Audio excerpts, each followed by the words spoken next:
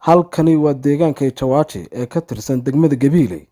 Halkani waxa ka dhisan oo laga hirgeliyay oo ay dad muxsiniin hore u hirgeliyeen masjid ay ugu tala galeen inay ku tukadaan dadka deegaanku isla markaasina ay ku ogaan cibaadada Alle iyo sidoo kale salaada. Balse masjidkan Ilaahay waxa dumiyay roobabkii kala dambeeyay ee maalmahani ka daayay deegaanka Jawaji. Culimada iyo dadka deegaanka oo la hadlayay telefishinka Sam News ayaa ummadda muslimiinta ah u soo jeediyay inay sida guryahooda u qurxiyaan masjidkani Ilaahay u soo qurxiyaan.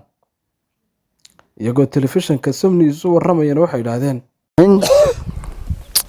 waa salaamintiin dadweynaha soo boqday halkan isugu yimid dhamaantood salaamihiin masjidkani uu naga dumay intii nolol dhisay waxa daad badumiyay in muddo kuma tukan marka dadka muslimiinta waxa qodsanayaa in loo dhiso waa salaamintiin masaajidkan oo muddo badan naga dunsanaa oo daadumiyay oo muddo badan lagu tukan waxaan doonaa muslimiintu meeshay doonaan bah joogan in loo hagaajiyo si degdeg ah loogu hagaajiyo.